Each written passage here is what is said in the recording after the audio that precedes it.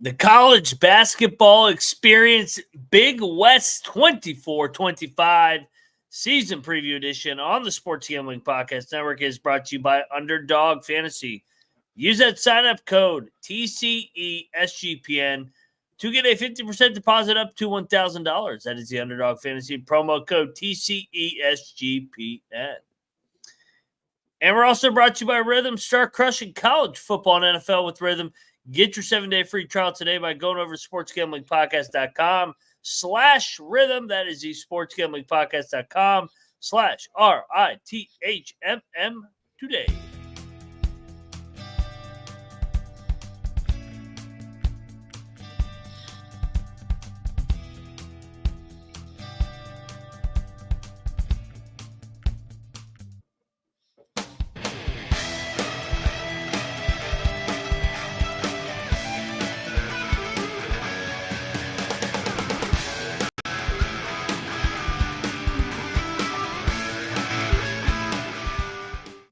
Welcome, everybody, into the college basketball experience. Big West, late night, Big West style over here on the college experience, baby. Let's talk a little California schools and much more over here. 11-team league. We've seen this league produce NCAA tournament winners and competitive league with some rivalries up top.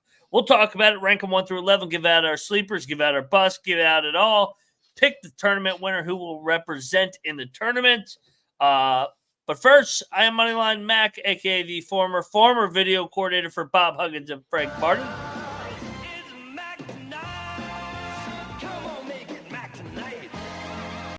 Also known as Mac Tonight over here at the College Experience.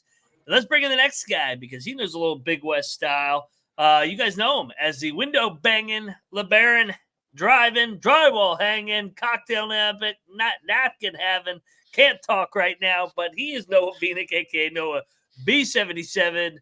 Doubleheader, man. What's up? Yeah, what's going on? The first one of this doubleheader was quite fun. We had Rocco Miller on doing the dream college basketball travel schedule for a college basketball fan.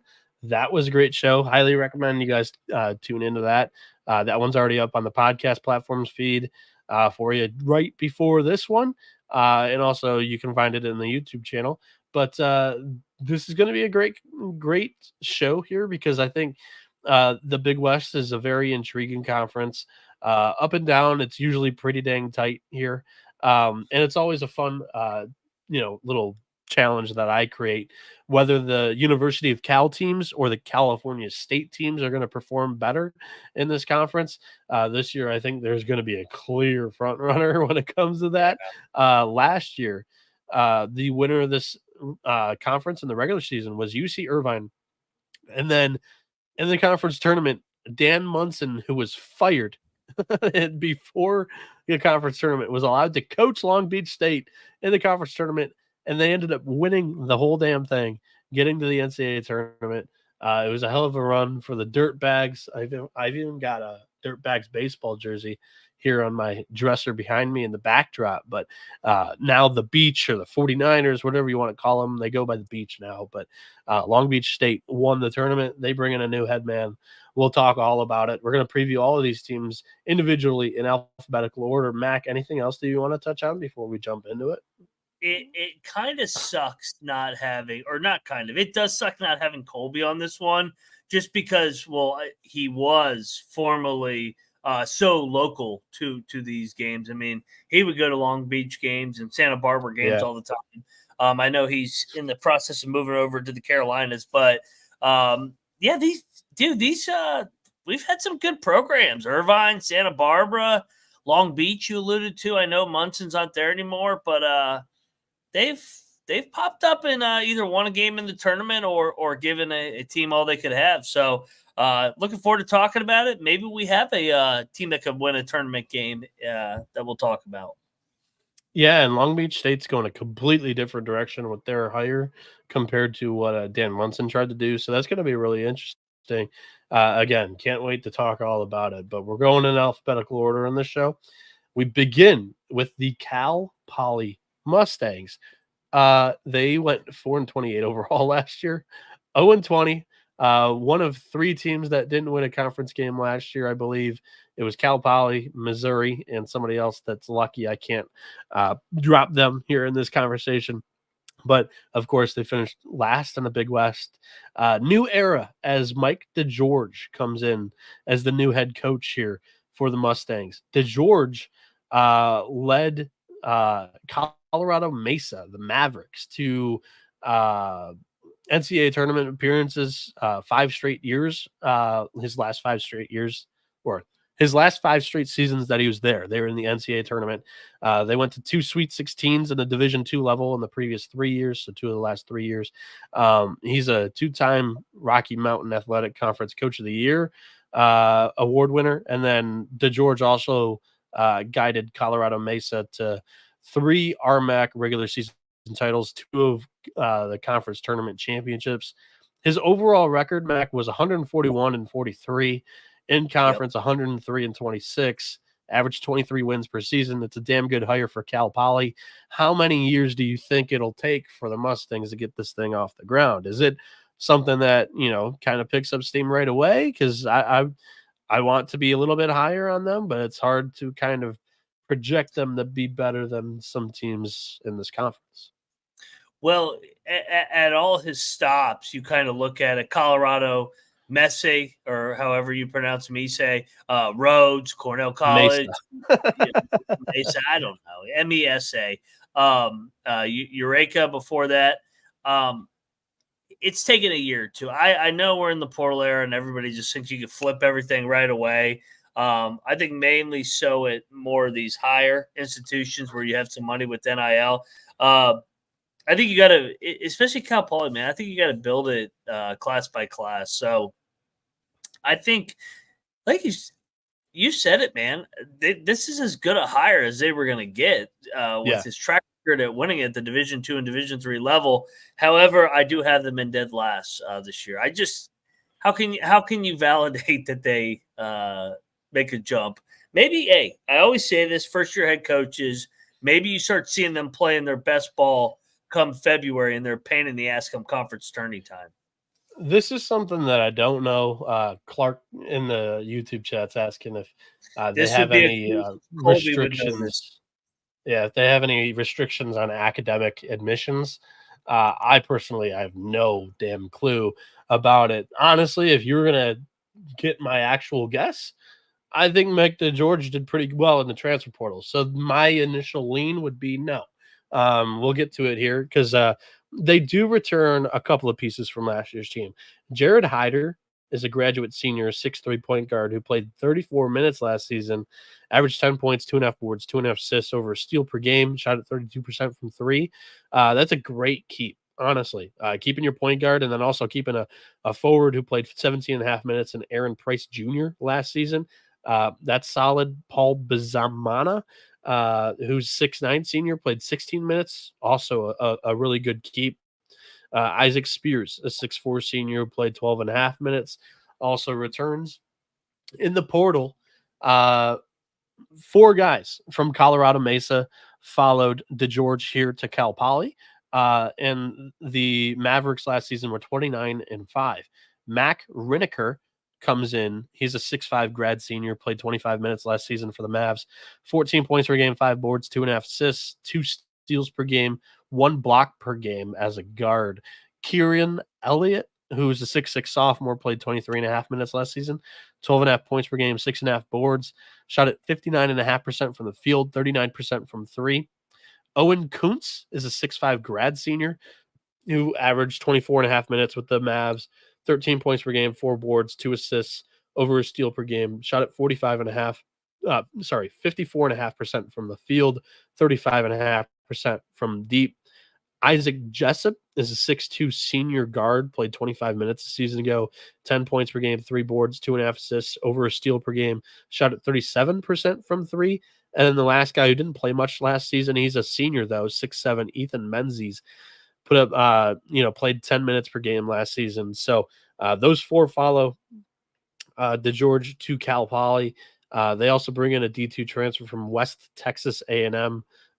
Sorry, that was Kieran Elliott. I misread his stats. So Coming in from Utah is Luka Tarlik, who's a 6'7" junior, played 5.5 minutes last season for the Utes, looking for a little bit of an expanded role. But honestly, I think there's some really good pieces here. I don't know how well it's going to translate from the Mountain Valley Athletic Conference to the Big West, who's honestly, this league, I forgot to say this at the top of the show, this is a really experienced, like, older league. They do bring in like quite a few like seniors, graduate senior transfers. So I think that should help them compete in this league. It's just like consistency every night is kind of the only question I have on Cal Poly. And it's like kind of unseen. So it's a team that I'm willing to give them the benefit of the doubt, and want to like benefit of the doubt. Like, I'll give them November and December to show me something rather than, I'm going to just put them in cement in the basement in the Big West and not really move them.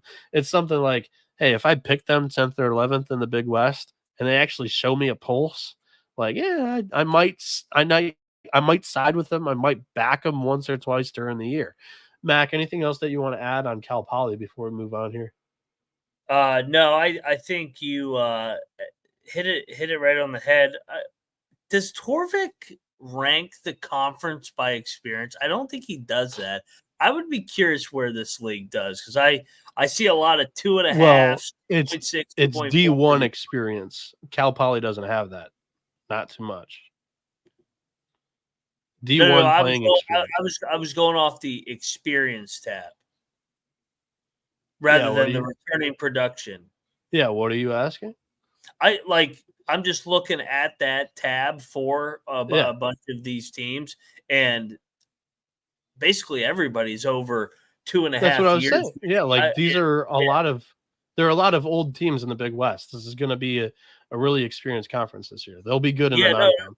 I was asking, I wonder if like you averaged all the league's teams together, where the Big West would rank, because I bet you the Big West easily top 5 from.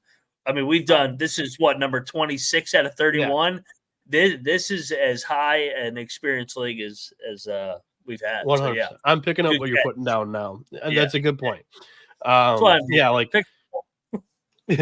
going through a lot of these conferences, there's been like 3 or 4 that have actually stood out to me, like, oh wow, this league has pretty good retention, or like this league's going to be pretty old. Like the Big West actually like getting that kind of, I guess, statement. It might not be a compliment, because you do like some youth that is like talented, and most of the time if you have a freshman that's good, he transfers out. But like, that's, if you're all seniors, this is more of a baseball thing too. Doing a lot of preseason prognostication. The really good juniors get drafted. So if you have seniors, it's not necessarily a tremendous thing. But that's on the baseball side of things. I'm just getting into the recruiting and all that stuff.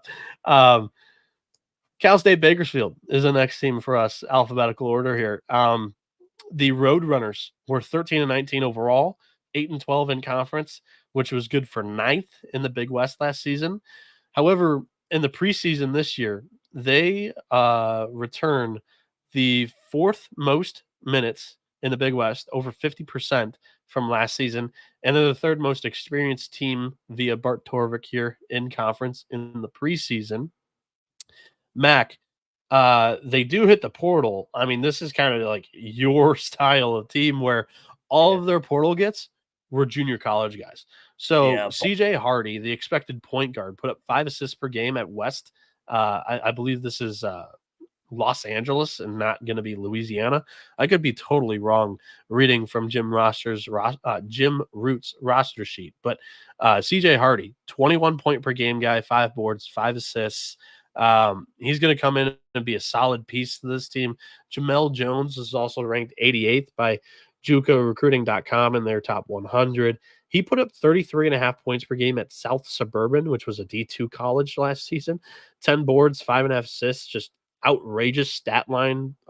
Competition wasn't too amazing that he played, though. Bishop State incomer from Marvin McGee the 4th. Put up 12 points per game, 6.5 boards, 2.5 assists. He's a sophomore, 6'6" forward. From Clarendon, Glior Goma, who put up 6.5 points per game, 4.5 boards. Cameron Clark, transfers in from College of the Sequoias, 7 points per game, 6 boards, 2 blocks per game. He's a 6'10 forward. Shakir Ondun Wu, 17 points per game, 10 boards, 1 block per game at West Valley Junior College. And then from Mississippi Valley State, Kadar Waller. He didn't play last season, but during his sophomore year, 17 minutes per game, 7 points, 2 boards, 1.5 assists. A couple of returnees that'll make an impact this year. Marvin McGee the third, brother of Marvin McGee the fourth, who transferred in. But the family wanted to give him numbers instead of names. 6'4" senior guard, played 27 minutes last season, 8 points per game, 3.5 boards. And then Tom Mark returns, played 21.5 minutes last season. He's a 6'7" senior forward. Also, Fidelis Okarike, 6'6" senior forward, played 20 minutes per game last season. The continuity solid here, Mac. There is some experience on this roster, but overall, I think a lot of these JUCO kids, like I've said this about 1 or 2 other teams we've previewed, a lot of these kids were the go-to guy at their school previously before coming into Bakersfield. Having all of this mesh is going to be a huge question mark for me here early, and I'm not too high on it. How about you? Interesting team to try and break down because, like you said, they're old. They bring back a good amount from their returning production last year, over half their roster. But how do these new pieces mesh from the JUCO level? Barnes has been there forever. I mean, Barnes has been there since 2010. I think he's the longest tenured coach now. So they've taken a step back forward the last couple of years after kind of plummeting out there around the COVID year, switching over from the WAC. I think they'll be around 500-ish, maybe a tad below 500 in this league. But I definitely don't think they're a top half of the league team. Cannabis Capper in the YouTube chat asks if Marvin McGee the fifth is on his way over to this team through their transfer portal too.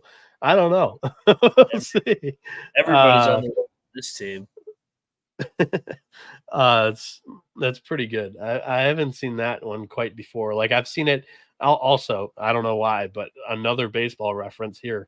But the Vladimir Guerrero family is a very good example of this. Vladimir Guerrero Jr. also has brothers named Vladimir Guerrero. Also, Wander Franco. He has brothers named Wander Franco. Like a lot of the international baseball players that come through that pipeline, they'll use the youngest brother's birth certificate. That way they're like 22 instead of 28 when they get paid. And that's a huge, huge thing under the hood for a lot of baseball brains and operations back there. So at some point, I don't know when, but it gets discovered, but it does catch some people off guard a little bit. We're going to take a quick step away for station identification as you guys can help us. You're the only ones that can help us prevent corporate gambling. Just do us a quick favor while we're reading these advertisements. Go over there and give us a 5-star rating, review, like, subscribe, wherever you're listening to this on podcast platforms. Also here on YouTube, we're aiming for 12,000 subscribers right before opening tip. We've got 6 more days to do it. We only need about 40 of you guys more to subscribe, and we'll be at 12K opening night. So yeah, go over there and do us a huge favor. It'll be so much. It'll mean so much to us. And also it just helps us a lot with both algorithms over there that we're trying to hit really hard before the season even begins. So it helps us just filter us out into everybody's inboxes on opening night. And another company that supports us so much is Underdog Fantasy, and their Pick'em has one of the biggest menus for all sports: NFL, college football, MLB, MMA, NBA, NHL, NASCAR, and college basketball when the season tips off in just a week. Boosttober is upon us right now, which means that you're getting a spooky amount of profit boosts and much more, and you can use those in all flexed entries. So sign up today with the promo code TCE SGPN to claim your special pick plus first-time deposit offer up to $1,000 in bonus cash. UnderdogFantasy.com, promo code TCE SGPN. And we are back here on the college basketball experience. Mac, You all right there? I couldn't get anything out before I did that. That's why I was like, let's see if you can start it. But it's no big deal now. I had a cough, but I did get myself on mute. Titans. So We gotta go to the Titans.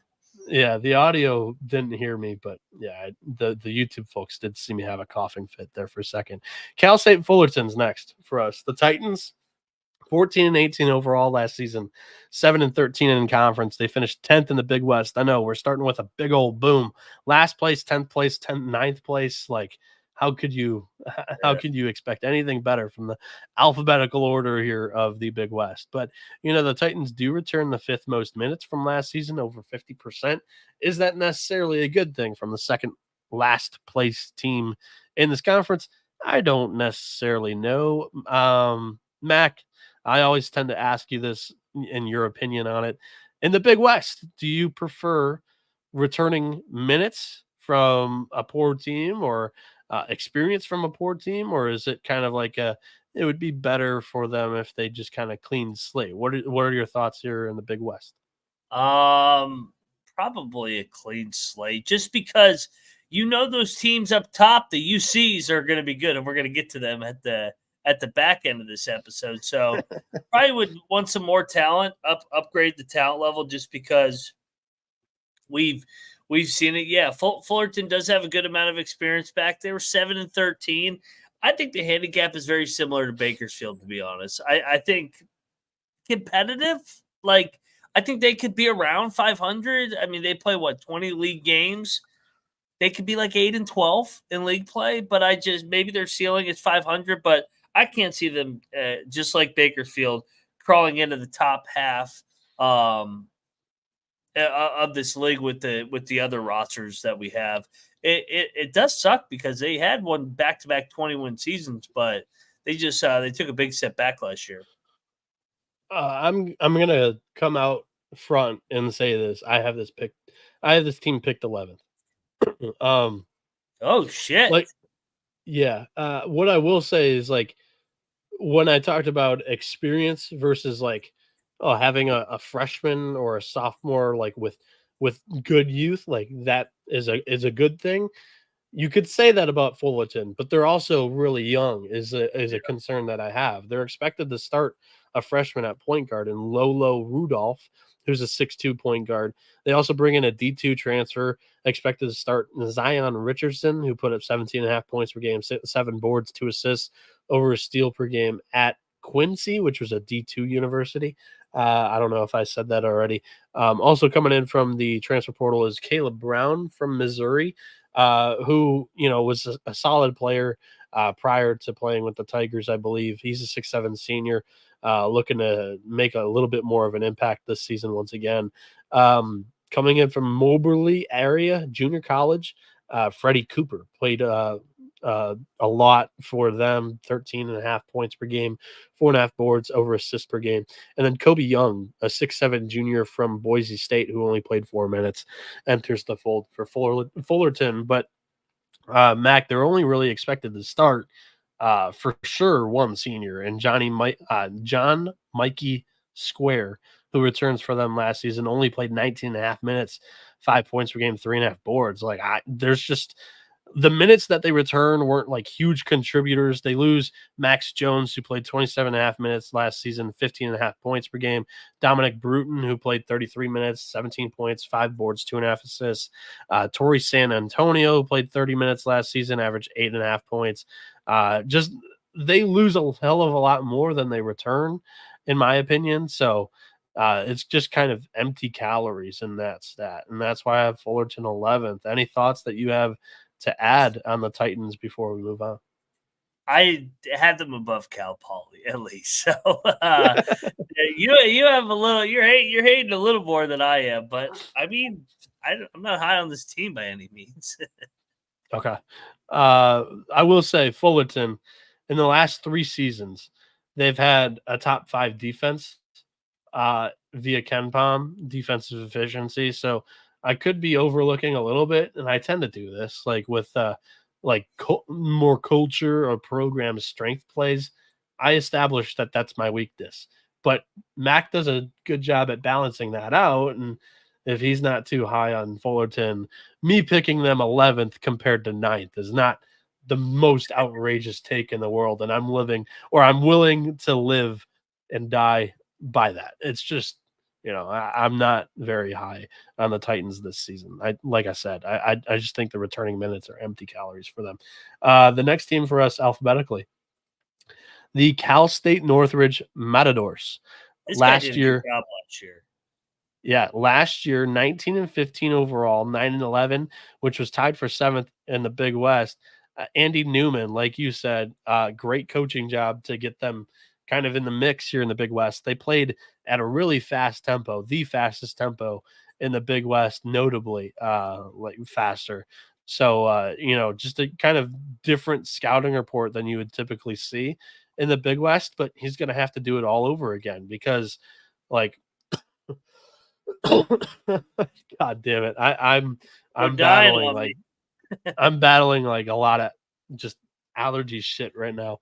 Super congested and I have a phlegmy cough going. But he's gonna have to do it all over again because like everybody meaningful hit the portal and then some. Like it's crazy. He's got to completely rebuild this thing again. Deshaun Allen Eikens transfers out after playing 33.5 minutes, 19 points per game, 5 boards, 2.5 assists, 1 steal. Deontay Bostic, 15.5 points per game in 33.5 minutes, 4 boards, 1.5 assists, 1.5 steal per game. He transferred out. Yanni Hunt, who was 32 minutes per game, 10 points, 4.5 boards, 4 assists. He transferred out alongside Jasmine Sanga, Brian Donga, Kyle Freelo, Darius Carr, BJ Comer, Quincy McGriff, Lamine Niang, like all of them hit the portal. That's 10 guys that transferred out alongside 2 guys that played 14 minutes a game that are out of eligibility, and Jared Burnett and Darren Tucker. Mac, incoming, grab your whiskey because it's going to take me 2 minutes to get through this too. Incoming from Washington, did not play last year, but in 2022-23 played for TCU, 23 minutes. PJ Fuller II, 23 minutes for the Horned Frogs, 6 points per game, 2.5 assists, over a steal per game as well. Scotty Washington transfers in from Cal Baptist, played 21 minutes a game, 8.5 points per game. He's a 6'4" junior guard. A former top 50 recruit, and Marcus Adams Jr. Comes in from BYU. He barely played for the Cougars last season, so he's kind of a little bit of a gamble here. We'll see how that goes. He's a sophomore, played 8 minutes his freshman year. This could honestly be a really good gamble, but again, a gamble. Grady Lewis is a D2 transfer in from Cal State East Bay, put up 14.5 points per game, 7.5 boards in 29.5 minutes per game, shot at 68.5% from the field. Tyler Beard and Judson Martindale transferring from Pacific. And then from Cochise Junior College, I don't know if I said that correctly, Jalen Barbie, who put up 13.5 points per game, 6.5 boards, 1.5 assists, shot at 40% from 3. And then Festus Dumania, from Southern, formerly with Cal State Northridge. He comes back to finish his career with the Matadors. This is just holy moly. Like, Mac, it's a total transfer portal team. What are your thoughts here with the Matadors? This screams of overachieve year 1, come back to reality year 2, with just all that they lost. I liked what Newman did, but they won a bunch of close games. I think that they're in for a little bit of a step back here. I think that they're in that bottom 4 or 5 with these other teams that we've discussed. Just too many moving pieces to do it back-to-back years. So I need to see it again from Newman. But overall, I thought he did a really good job year 1. Yeah, in my opinion, we just started this Big West preview just by virtue of us doing alphabetical order. Those are the bottom 4 teams in this conference, in my opinion. Let's start having some fun. The Hawaii Rainbow Warriors, who Rainbows. I think I'm going to be a little bit higher than a lot of other preseason prognosticators on the Bows, the Fighting Bows. than others. I will say, just prefacing this, my cousin did go to Hawaii, so my family also, Hawaii fans. However, they were picked 7th in the media poll in the preseason. Come on. They have the 4th most experienced team via Bart Torvik here in the Big West this preseason. And, so they lose from last year 3 starters. Noah Coleman, who put up 13.5 points per game, 3.5 boards, 1.5 assists in 32.5 minutes. He's out of eligibility, along with Justin McCoy, who played 31 minutes, 12.5 points, 6 boards, 1.5 assists per game. Also, Bernardo da Silva, he's out of eligibility, 27 minutes per game last season, 11.5 points, 7 boards. Javon McClanahan, also 25 minutes last season, 8.5 points, 3.5 assists, out of eligibility, alongside Juan Munoz and Matthew Cotton. Morsek and Matias Svetojevic hit the transfer portal. Incoming from the transfer portal, I thought they won the transfer portal. Granted that they only lost 2 guys that didn't really contribute. The guys they lost via graduation, that's tough. But Jaitis Nemisheka, I don't know if I said that correctly, but he comes in from Xavier, played 18.5 minutes last season. He's a 6'8" senior, expected to be like one of the best players on this team, in my opinion. 5 points, 4 boards per game, shot at 47% from the field, 36.5% from 3. He's going to play in the front court almost every minute because I think I wouldn't say they lack depth, but like he's definitely just the guy that they're going to rely on a lot for their offense. Because the other guy that comes in is Marcus Green from Houston Christian, put up 15 points per game, 3.5 boards, 3 assists, 1 steal. Shot at 45% from the field, 42.5% from 3, and he was a huge volume guy. So I think transferring that over a little bit, obviously it's a step up in competition, but he was pretty efficient at the D1 level. Tom Beatty and Ryan Rapp return in the backcourt. Beatty specifically, his freshman year, only played 17.5 minutes, but he shot at 40.5% from 3. From the field during his limited time. Ryan Rapp, 16 minutes last season. Harry Ruledeff returns, a junior who played 11 minutes. He's 6'9" forward, along with Akira Jacobs, who's a 6'9" sophomore forward, played 7 minutes a game. I do know that Osa Oba Sohan is returning from redshirting his freshman year, is supposed to be pretty solid for this team as well. I like the front court with the Xavier transfer, and I think I just trust this Hawaii program that in the last 4 years they've had either a top 5 offense or a top 5 defense every single season, and in some years they've had both, and in those years they've had both, they've had really good seasons. So Mac, what are your thoughts on the Bows? Yeah, Ganon's he's done a good job, man. I mean, they're always their last losing season in the Big West. Well, actually, he hasn't had one. I thought that they at least had one. Been there under the helm for almost a decade now. They're always between 3rd and 6th. There was the one year a couple years ago where we thought when they won that Diamond Classic trophy that maybe this was the year. This is the ultimate test of the guys bringing in if raising the level of talent via the portal can translate to more wins and get them over the hump. I do have them, though, in the middle of the pack of this league just because I think the other teams are better. But I've seen it from Ganot over a decade where I know what I'm getting. They're going to be in the middle to top half of the league. Yeah, and I don't know why, but I didn't finish the rest of the transfer portal all. From Utah Tech, aka Dixie State, Tanner Christensen comes in, who Ryan Hasey's mentioning. He played 30 minutes last year for the Trailblazers, 11.5 points, 7 boards, 2 assists, shot at 56.5% from the field. And then also they bring in a senior 6'10" forward from Valpo, who played 15 minutes last season. Like I don't know if what I stated about the front court depth wise was a correct evaluation, like that they didn't really have depth, but I do believe that the Xavier transfer and the Utah Tech transfer are going to play 28 minutes a game, and they're not really going to be anybody else. But I think this is a long, lanky team that Hawaii's just been a really good program lately, and I'm willing to take a gamble on them being a top half team in the Big West here.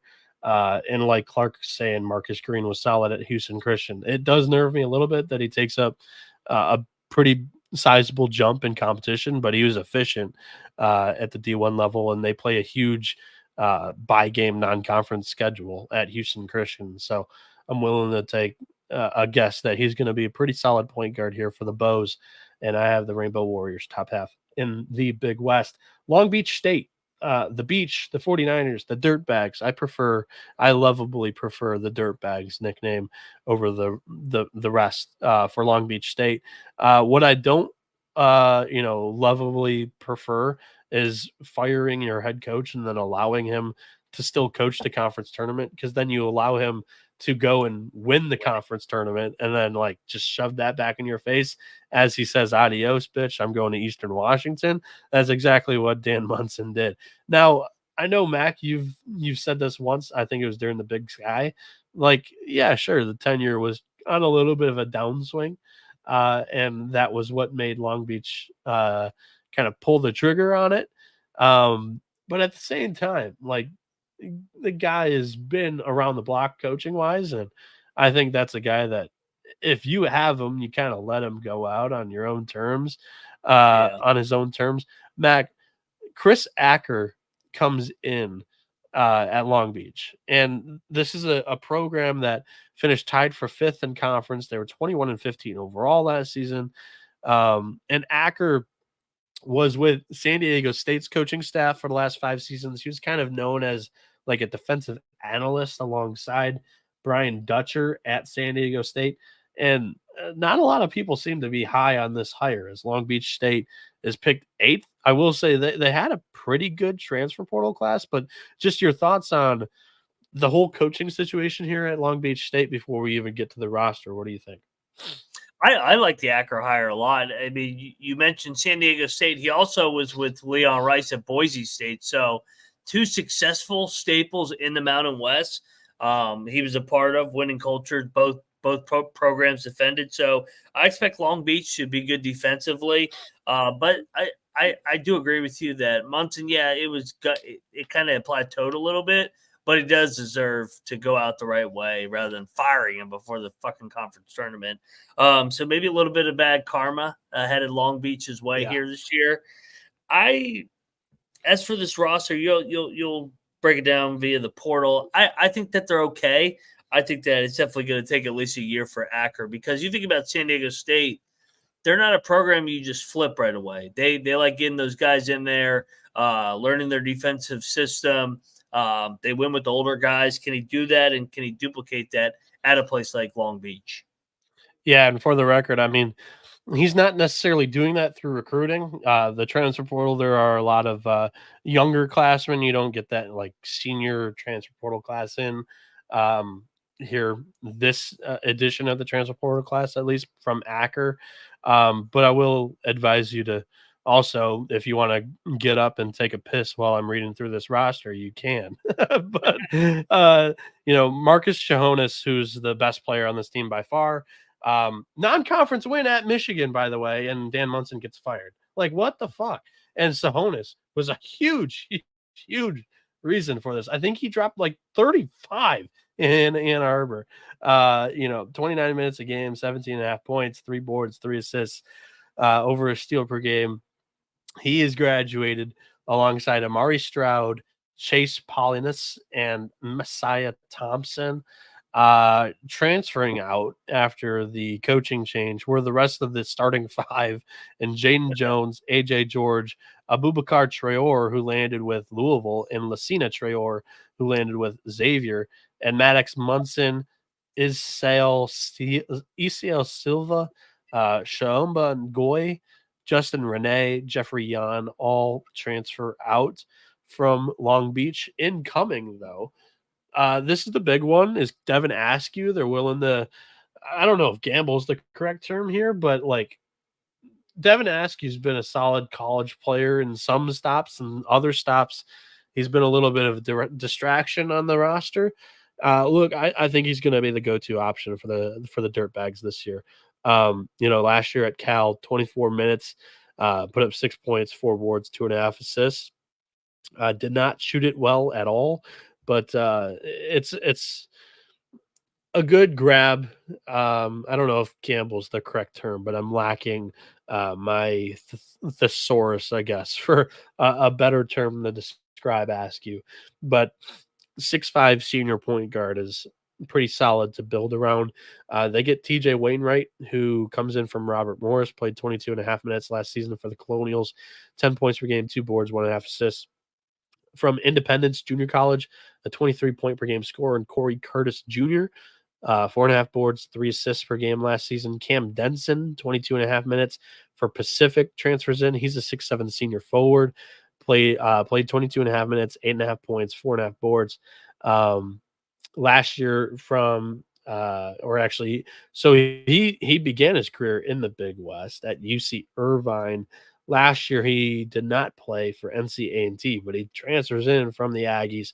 Austin Johnson, a 6'10" grad senior, played 24 minutes for UC Irvine in 2022-23. 5 points, 5.5 boards. Incoming from Nebraska is Ramel Lloyd. He's a redshirt freshman. Didn't play last year due to a knee injury. And then Derek Michael Zavario transfers in from Grand Canyon, barely touched the floor last season. From Butler Junior College, Christian Richardson, he's a 7'1" junior forward. And then Citrus Junior College, Grant Martin, 5.5 points per game, 5 boards, over a steal per game. Like Max said, I don't think I could have summed it or stated it any better. This is maybe a little too passionate of a take, but I do believe that some bad coaching karma is in the fold for the Dirtbags this season, especially after cashing a gigantic check after you fired your coach. Long Beach State's going to be in the bottom half of the conference standings. You can't convince me otherwise to predict that. So whether you like the roster or not, they're gonna lose a couple of close games that they might not have if that didn't happen. But I just do believe in college basketball karma. Mac, are you kind of in the same boat? Absolutely, and I don't trust Askew either. I mean, neither do I. But like, he may transfer in the middle of the year like he always does. I mean, he's a walking transfer. So yeah, I don't trust Long Beach this year. So gonna take me a year. I need to see it from Coach Acker in year one. Hey, baseball team is going to be really good again though this year. UC Davis, the Aggies. By the way, they have a new baseball coach, Long Beach State too. So former player for them. So I believe in the program. They'll be just fine athletic department wise in the spring. UC Davis, the Aggies are up next for us here. Jim Les. And yeah, this is Jim Les program who they've had some really good teams lately here. They returned the third most minutes from last season at 56% inside the Big West Conference. They were 20-13 overall last season, 14-6 in conference, which is good for third place. Outgoing is Kane Milling, who played 32 minutes, 10 points per game, 3.5 boards, but the big hits, Elijah Pepper, 33 minutes per game, 20.5 points, 4.5 boards, 2 assists, 1.5 steals per game.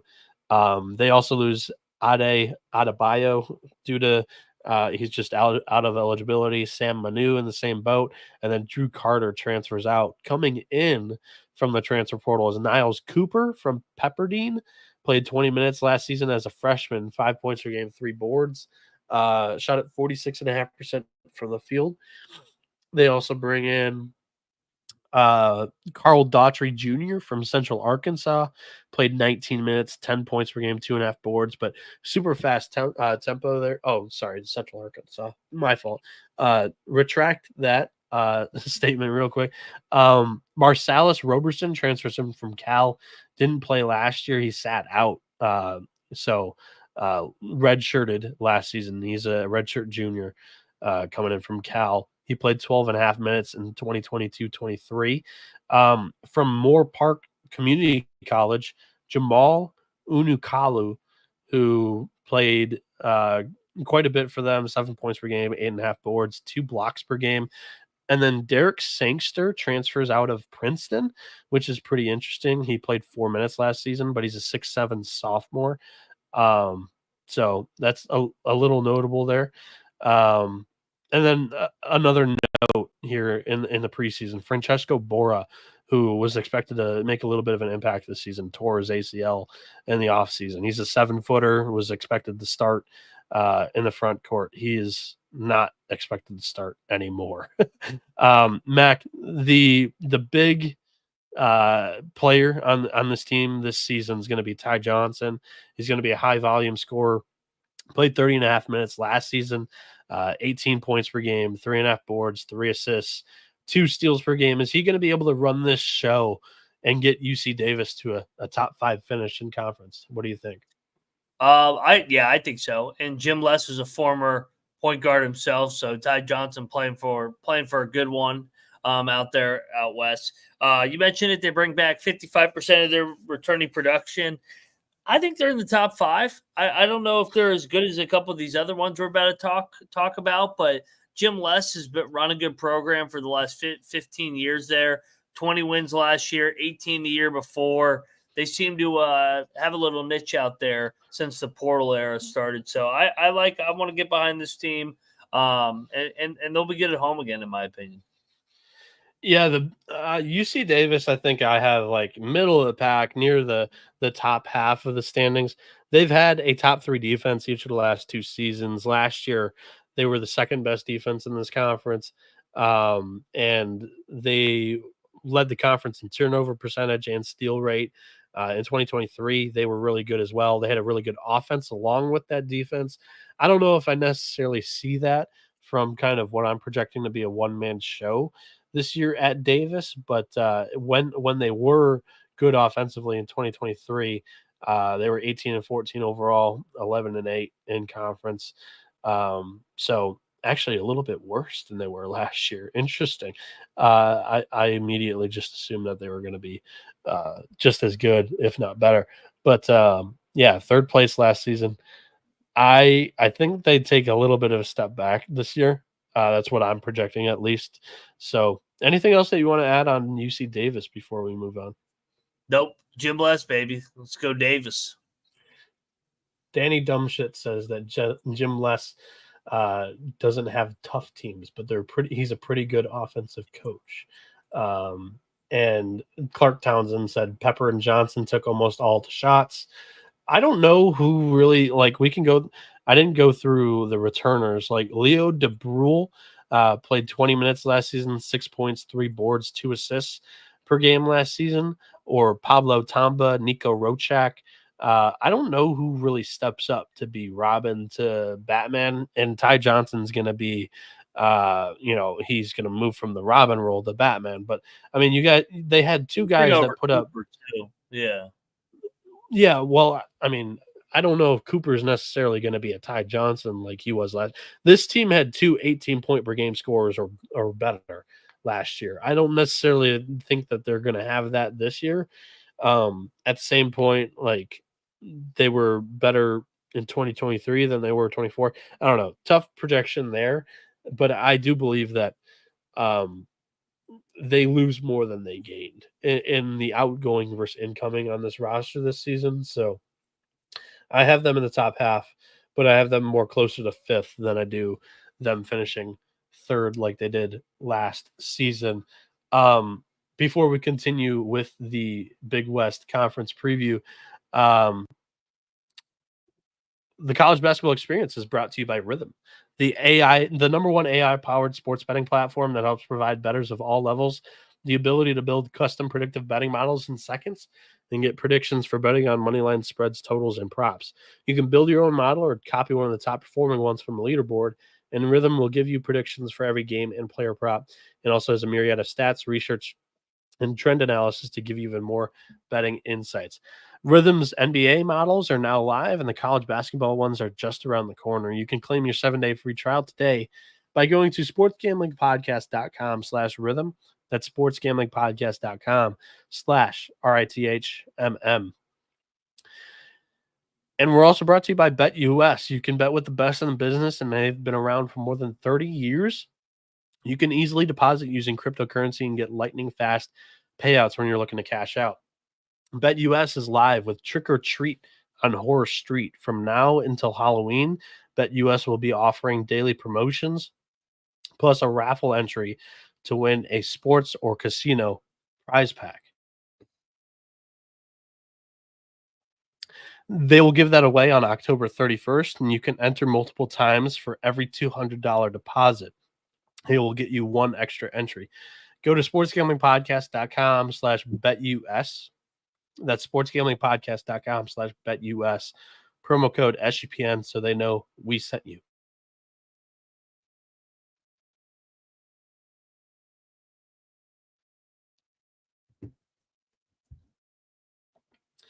And we're home free here on the college basketball experience.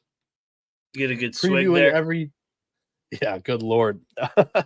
Previewing every team.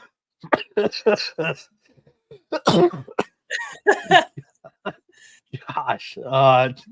Previewing every team alphabetically. Like, God, Larry, goddamn.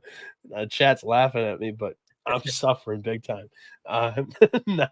Now they see it after 2.5 hours of streaming. I'm barely getting through this show. UC Irvine, Matt, go ahead and lead us off. UC Irvine, dude, UC Irvine's the class of this league. So Russell Turner headed into his 15th year. They're coming off 24-10. They've won back-to-back regular season titles. They've won an NCAA tournament game. What year was that? 2019. They bring back a lot. You're going to go through the roster, break down position by position. They're the clear-cut favorite to win the Big West this year. Now, I will say, Santa Barbara was the favorite last year, and they did not live up to expectations. They finished like 7th. Yeah, it was odd. But, I mean, Russell Turner, proven winner year after year, 47 wins in the last 2 years, but also just overall, this has been a staple program in the Big West. I agree with your statement. They are preseason number one. They return the second most minutes in the conference at 57.5%. And they're also the second most experienced team via Bartorovic in the Big West this preseason. So that's a 1 + 1 = 2 kind of thing. I think that translates to a rightfully deserved preseason number one ranking, which they received via the media poll here. But UC Irvine, let's run through the roster because they do lose, in my opinion, a little bit more than they get in return. But all of the solid, important contributors from last year's team are back, and that's a big win. But Pierre Crockrill, the second, is the one starter that they lose to graduation. He averaged 6.5 assists. They're going to have to replace their point guard. But Dean Keeler played 15 minutes. Dylan Thoner played 10.5. Both of them out of eligibility as well. The Welling brothers, Hayden and Carter, transfer out alongside Darren Saran. All of them played less than 20 minutes last season. They returned to 3 really good shooters in the backcourt: Justin Hohn-Mack, and Andre Henry, Devin Tillis. Also can shoot it at the 4 spot, but Justin Hohn-Mack, 37.5% from the 3, 45% from the field, played 27 minutes last season. This year, he's going to be a graduate senior. He's a 6'2" guard, put at 12.5 points, 3 boards, 1.5 assists. I'm predicting a big step up, possibly conference player of the year this year from him. Andre Henry as well, 42% from 3, 45.5% from the floor. He's a 6'4" graduate senior guard. He's, I think, the biggest challenger to Hohn-Mack for player of the year in the conference. He played 26.5 minutes last season, 10.5 points, 3.5 boards. And like I said, with Tillis, he played 23 minutes last season. He's going to play a little bit more this year. He's a 6'6" redshirt senior forward. 9.5 points, 6 boards, 2 assists last year. Ben Luckton, he's a 7-footer, returns after playing 16.5 minutes, 9 points, 4.5 boards. Miles Che comes in from Chattanooga, expected to, take over a little bit of the point guard role. Mac, what are your thoughts there? I think Luckton could maybe be player of the year. I didn't look ahead who was the preseason player of the year or preseason first team, but I think Luckton, I think he could take a bigger role here and be a dominant force once again in this league and just take the next step. You mentioned it, man. They got good guards coming back. They got a lot of experience. I was just glancing at their non-con. Their non-con is really good, man. They are challenging themselves against some of the best mid-majors, whether it's Northern Iowa, Weber State, Kent State, Towson, Belmont. So, we're going to know a lot about this team going into Big West play. You dodged my question. I don't know if I'll answer it for you. I don't know if they necessarily replaced their point guard from a season ago. It's the only question on this team because what'd you say? I was analyzing the schedule. I didn't even hear the question. That's why I just started going back to the roster that you named. They returned. Yeah, it's the only one in my opinion. They returned 4 starters. They have the best backcourt just with Hohn-Mack, Henry, and then Tillis is a 4, but he's more of a smaller 4. Those 3 can shoot the hell out of the ball. And Che being the expected point guard coming in from Chattanooga, only had 2 assists last season, 7.5 points, 2.5 boards, played 19.5 minutes. That was his freshman year. He's a 6'3" sophomore now. Expected to kind of just run the show and distribute. And I have some questions about that. I trust Russell Turner. I do believe he's one of the better coaches in this league, but I think that's the one question mark around this Anteaters team. They also bring in Kyle Evans, who's a 6'10" junior, played 6 minutes last season for Colorado State. But overall, I question a little bit of the depth too, but that's much less of a concern when you've got an iron 4. But I'm really going to need to see on a national stage, or comparing this team to other mid-majors around the country. UC Irvine's point guard is what holds me back from, adding them to the McNeese States, the Princeton's, the some people even voted for Little Rock in the AP Top 25. All those top mid-majors in the country, I think that is what holds UC Irvine out of that conversation. Mac, anything else that you want to add on Irvine before we move on? Yeah, my main thing is that to one of your points, I know point guard you could, if you're nitpicking, but I trust Russell Turner that he's going to be able to figure out that point guard position, and they'll be really good come Big West time. Yeah, and he's been there forever. They've had a top 3 offense each of the last 4 seasons. Second best offense last year. They shot at 79% from the free throw line in conference play. Last year they had the best defense. They've had a top 5 defense each 3 of the last 4 years. So overall, just a really balanced program. But definitely just head and shoulders, I think, is a little bit far. But UC Irvine is preseason number 1 in the Big West without much of a question. Ryan Hasey's asking if they can play through Luckton, who's the 7-footer. I think so. I don't know how good of a passer is. We'll see this season, because last year he only played 16.5 minutes. And he was just around an assist per game, not too much. And honestly, I'd be lying if I watched film on Luckton this offseason to know if they're working on kind of running through the front court this year. Like I said before, I think this is the best backcourt in the country. It's just, do they have a point guard? Outside of that, I don't think there's anything truly slowing them down shooting the ball, but how they're going to operate, who's going to be the main ball handler is a question. UC Riverside is interesting. before we even get into the team, why they're interesting is just, I don't know. I like to nitpick. They're Riverside, but they're also Highlanders, Mac. Can those two things coexist? Like typically when you're Riverside, you're at sea level. But like if you're a Highlander, you're like high.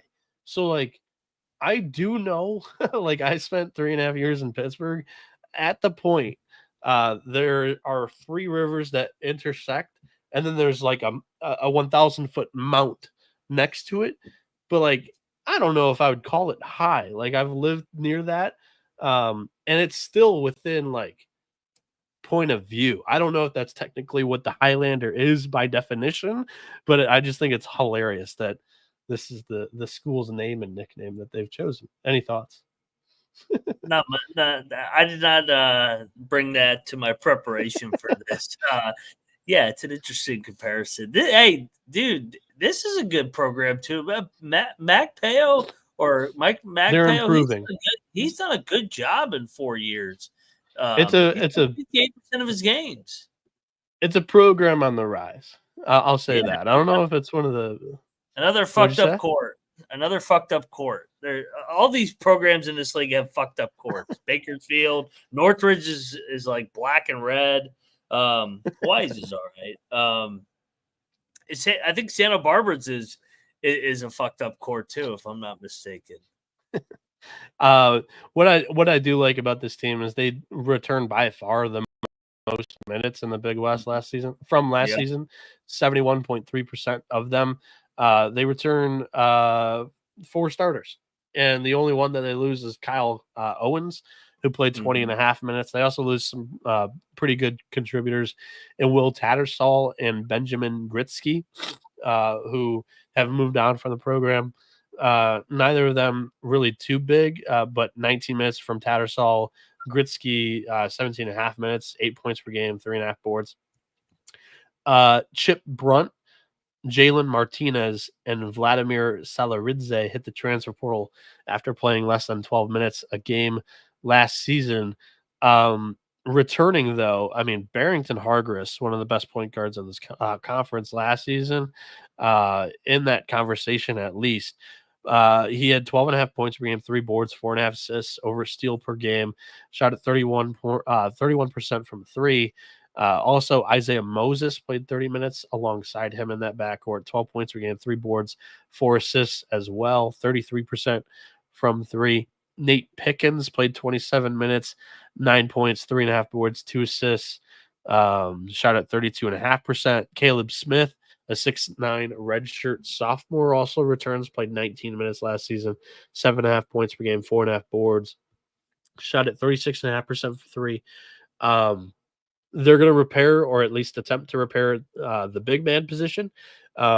Joel Armo Trading comes in from Cal Poly in conference.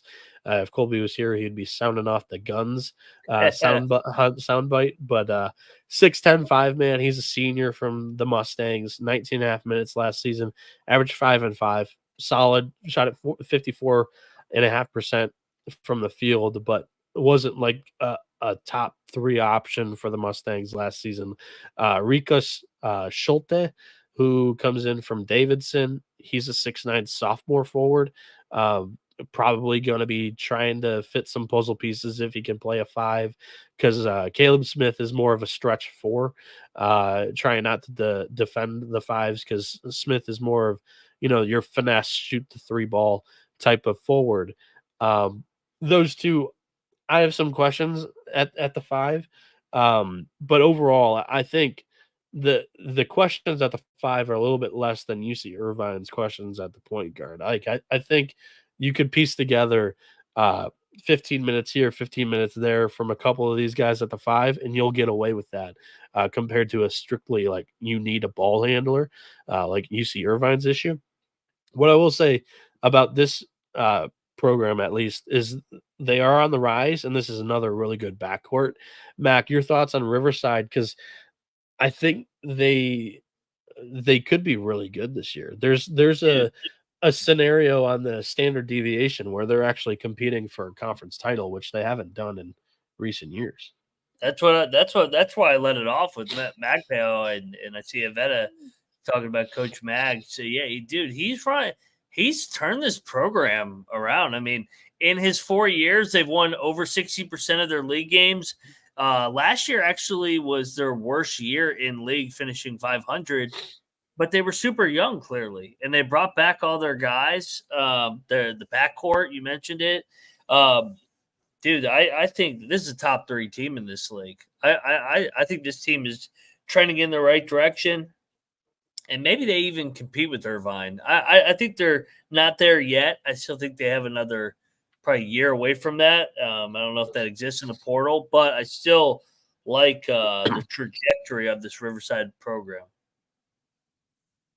Yeah, and so what I will say is they did receive a first place vote in the media poll this year, and yeah, I definitely do think that's on like the various outcomes portion of how good Riverside could be, but there's also like on the not rosier side, I would say like the floor for this team is also really high, which you never used to really say that about a Riverside team in the Big West. Like I honestly think the floor is top 5 for Riverside. So really good outlook.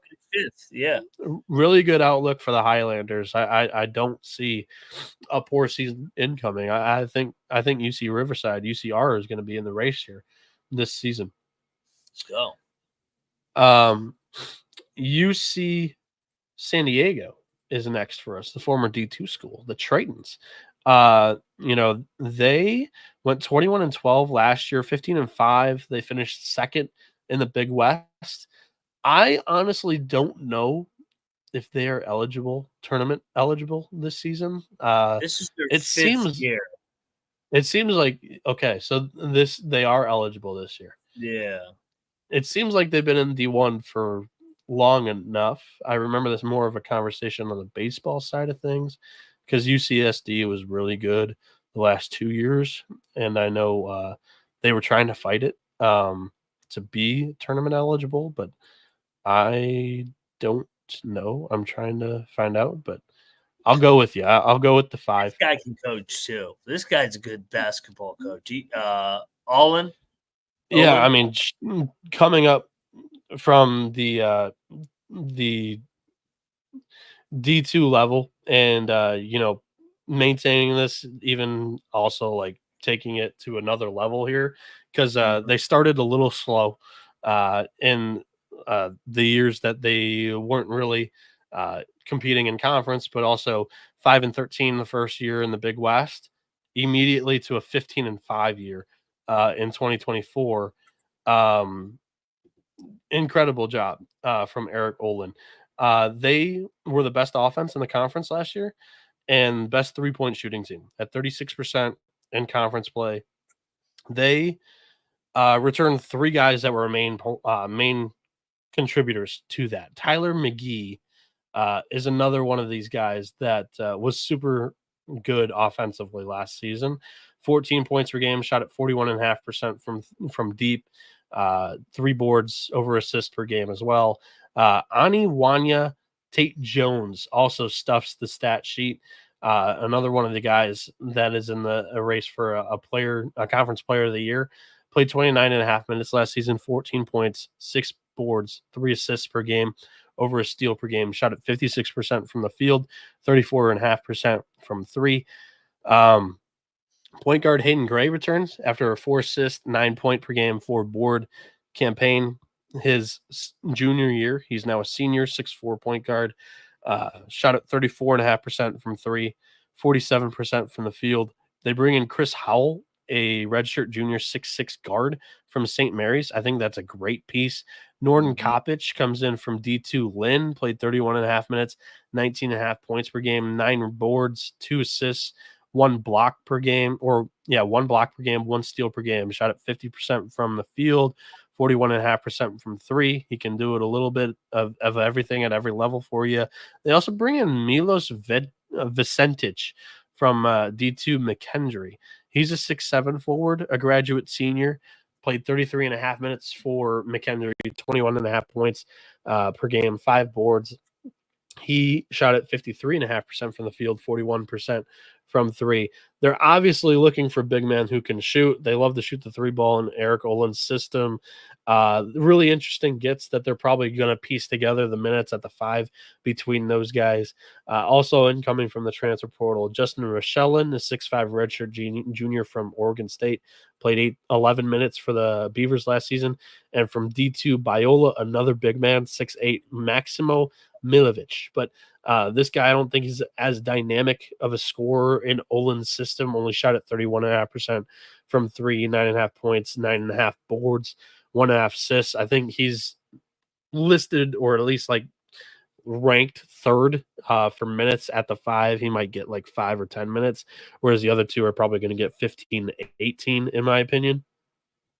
But once again, another really good shooting backcourt. And I like the Howell edition from St. Mary's. Mac, UC San Diego this season should be contending for a title, right? Yeah, I mean, they did last year, finished 2 games back of Irvine, so they got to go through it for the first time at the Division I level. Now I think they are eligible their 5th year. They've gotten better and better every year under Olin. Offensively, they're good. They got good guards. Top three for me, man. I think this is another good team in this league. Big West is better than it was last year. 100%. It's older. I think they're going to be much better than they were last year. And UC San Diego is going to be competing again. So, like, that was another, kind of downfall of this conference. Let's get to the I would first I think I hit on everything that I wanted with San Diego. Let's finish off with those good Gauchos. Yeah. UC San Diego, you're saying are good, or UC San Diego is good. They went through it last year. They were a good D2 program. Now they've taken it up in the Division I level. So yeah, I think we hit it. Yeah, let's transition right into those Gauchos who you mentioned. And honestly, they had a little bit of a down year last year. So UC Santa Barbara, 16-15 overall, 9-11 in conference, which was tied for 7th in the Big West. But this program has been, honestly, like, if we're talking like, program health, the best program in the Big West since COVID. Really good under Joe Pasternak, but they're going to repair this thing through the portal this year. Mac, is that a little bit of an alarm to you, or like you trust UCSB this season and like still haven't, like, they've had last year they finished 3rd offensively. They got to the free throw line a lot, but they weren't really as good shooting the ball as they have been. 2021, 22, 23, they're the number 1 offense in all 3 seasons. Last year was a little bit of step back. Now they're hitting the portal for a lot of the production this season. What are your thoughts on just if the consistency offensively is going to, kind of continue without a skip? I think it all depends on the buy-in. I know that's kind of a cop-out, but the talent level of the guys that they're bringing in is high level. I was surprised last year at how down they were, because they brought back a lot. They brought back the preseason player of the year. Pasternak had it rolling. For them to have a losing year in the Big West was definitely a surprise to many of us. So, based off of track record with this program, you got to think that they're going to bounce back.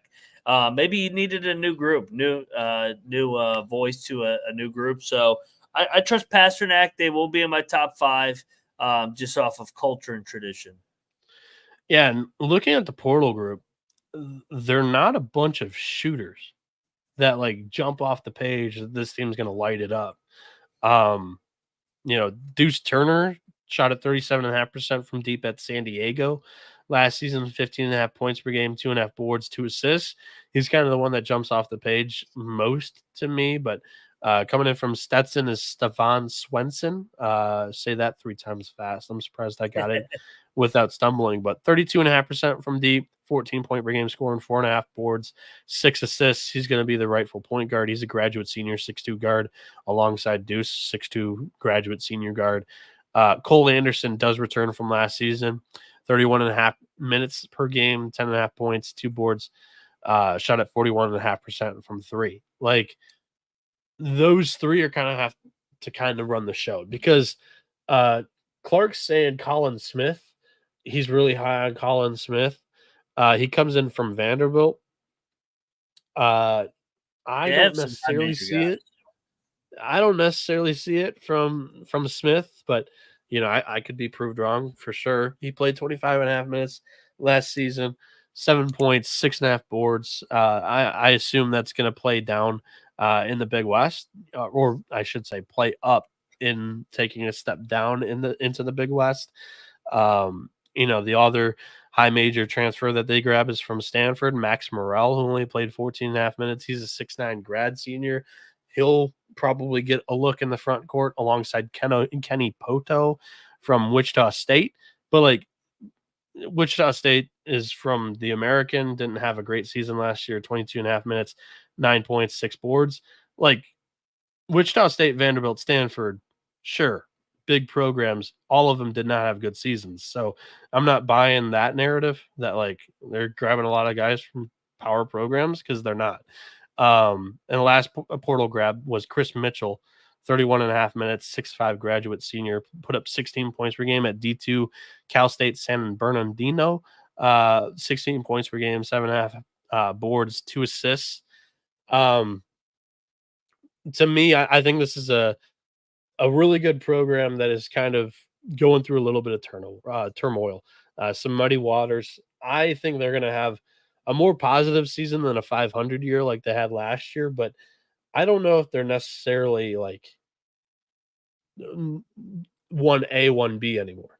I think that this is another year that's kind of like a building year, even though they're a little bit of an older roster, but I don't necessarily love the transfer portal haul from Pasternak this season. Mac, you might disagree with me. I don't know, but what are your kind of overall thoughts on UCSB this season? No, I mean, I like the talent of the roster that they brought in, but I mean, we need to see them mesh together. And they took a step back last year. I don't think they're going to win the league. Don't get mistaken, but I think they will definitely be improved from last year. I think last year was the absolute floor. So I'm looking somewhere in the middle between that 1st and 7th place, around that 3, 4, 5 spot for the Gauchos. That's about where I'm going to land. So not too harsh, but overall, I just don't know if it's quite the standard that they set in recent years since COVID. And I mean, with the 3 straight number 1 offenses in the Big West last year is a little bit telling to me that they are in the midst of a little bit of a step back. Let's talk about those preseason rankings for this conference, the Big West. The way we kind of do this is it's a little bit of a power ranking and how we think they're going to finish the year, but also how well we're feeling about all these rosters at the beginning of the season. Mac, this conference preview, we did it a little bit differently. We kind of more established how our rankings were going to be in a lot of these individual team previews. So this might not be too much of a surprise at the end of the show, but let's go ahead and begin it with our 11th place team, and we'll work all the way down to 1. Then we'll do our conference tournament champ, sleeper, and bust predictions. I know we differed. I had Cal Poly 11. Yeah, and I went with Fullerton. I'm surprised you went with Fullerton. At number 10, I had Northridge. They take it a step back. I have Bakersfield 9th. Okay. At number 9, Long Beach, first-year head coach, a lot of unknowns, maybe some bad karma. Cal Poly, first-year head coach.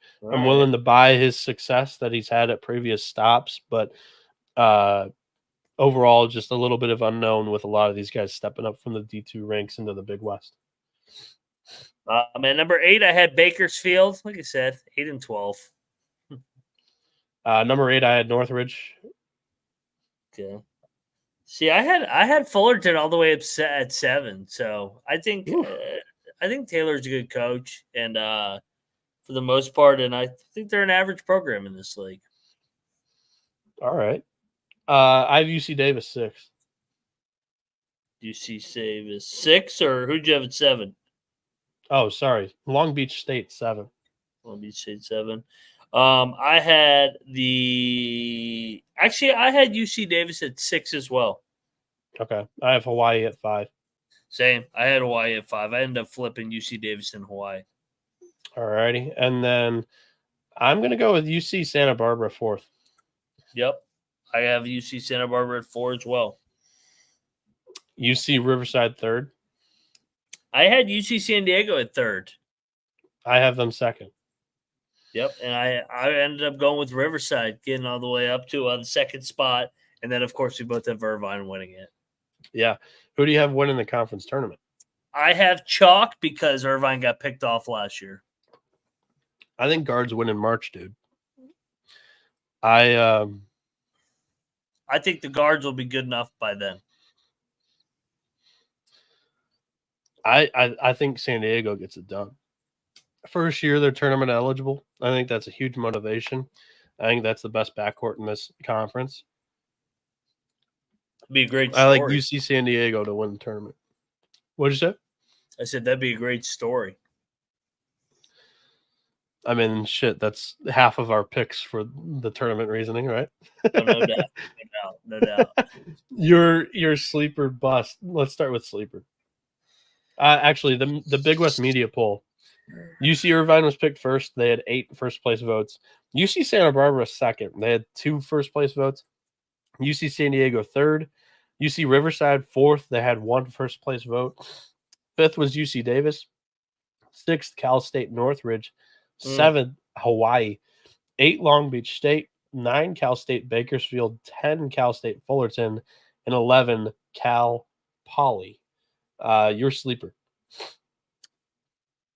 I guess Fullerton 7th.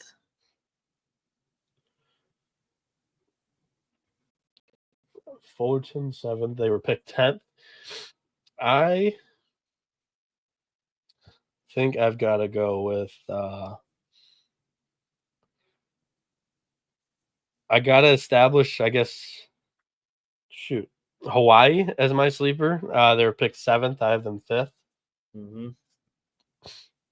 2 spots up, I guess. That's the best I could do. Bust, Mac. Who's your bust? Northridge at 10.